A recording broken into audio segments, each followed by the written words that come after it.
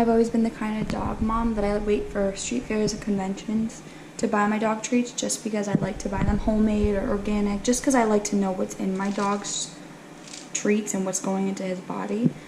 So I've laid out all of the ingredients, and I've also pre-measured some of the stuff.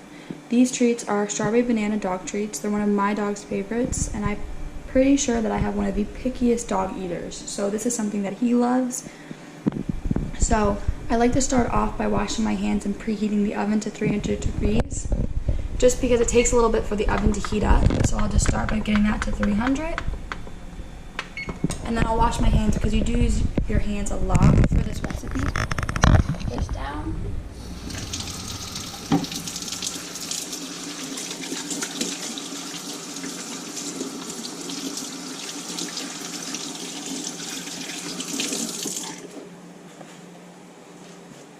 Alright, so I'm going to prop this camera up so it's a little bit easier to see what I'm doing.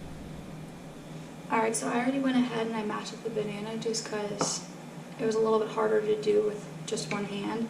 I used a spatula just because it's kind of what I had in arm's reach, but obviously a masher would be way easier.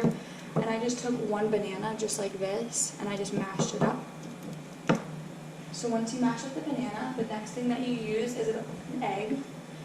So I'm not a professional cooker, so I don't really know how to crack an egg professionally, but for those of you that do, kudos to you. Alright, the next ingredient is going to be peanut butter. We use 1/3 of a cup of peanut butter. It says it right there. It's really important that for the peanut butter, you use one without xylitol, because that's super harmful for dogs. It can give them seizures, they can have liver failure, and there's even some dogs that have been reported to die because of it, so just make sure you get one without it. Personally, I like using the Skippy All Natural, because it only has 4 simple ingredients and no xylitols in it. And that's reacted well with my dog, so I just keep using it. Alright, so the next thing that we're going to use is oats. I use these oats. They're just Quaker old-fashioned 100% whole grain oats. I did go ahead and grind them up. You use 1/3 of a cup, but I grinded them up just because to me it's easier to just make the treats with this, and it's less chunky. Go ahead and put that in. And then I use a cup of flour.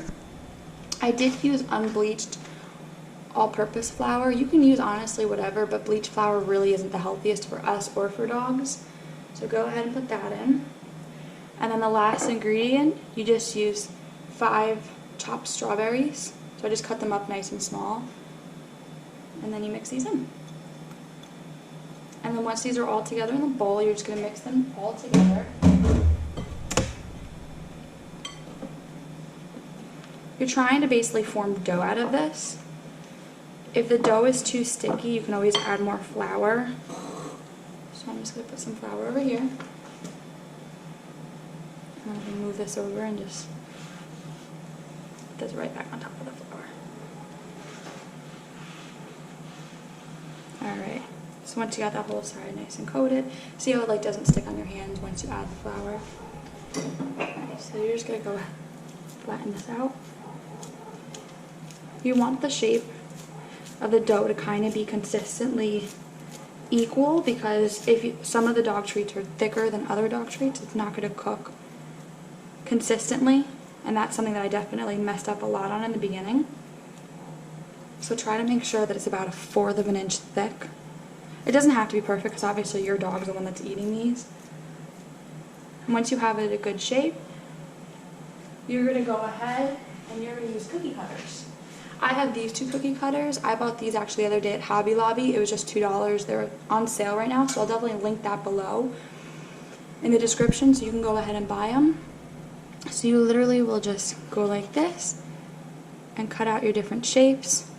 Each time you cut a shape out, I recommend just going ahead and putting it over. I actually put parchment paper on a cookie sheet. You just go ahead and you lay each one out and cut the rest of these out.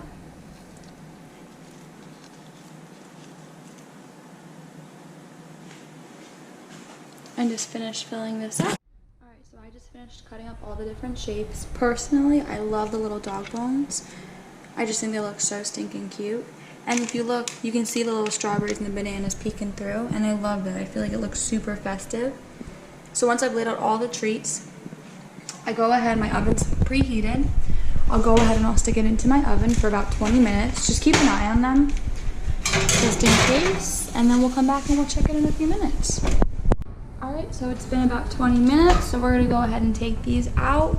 They smell so good. The whole house smells delicious. It's really important though to let these sit and cool down completely before you give these to your dog or before you store them, because they're really hot. But look at how good they look. And the great thing about these are most of these ingredients you already have in your cabinet, so they're super cost effective and they make great holiday gifts. They last for about a week in an airtight container on the counter, or you can freeze these for 3 months and you can take them out and thaw them as you'd like. If you liked this video, definitely make sure to give it a thumbs up and subscribe for future dog treat videos.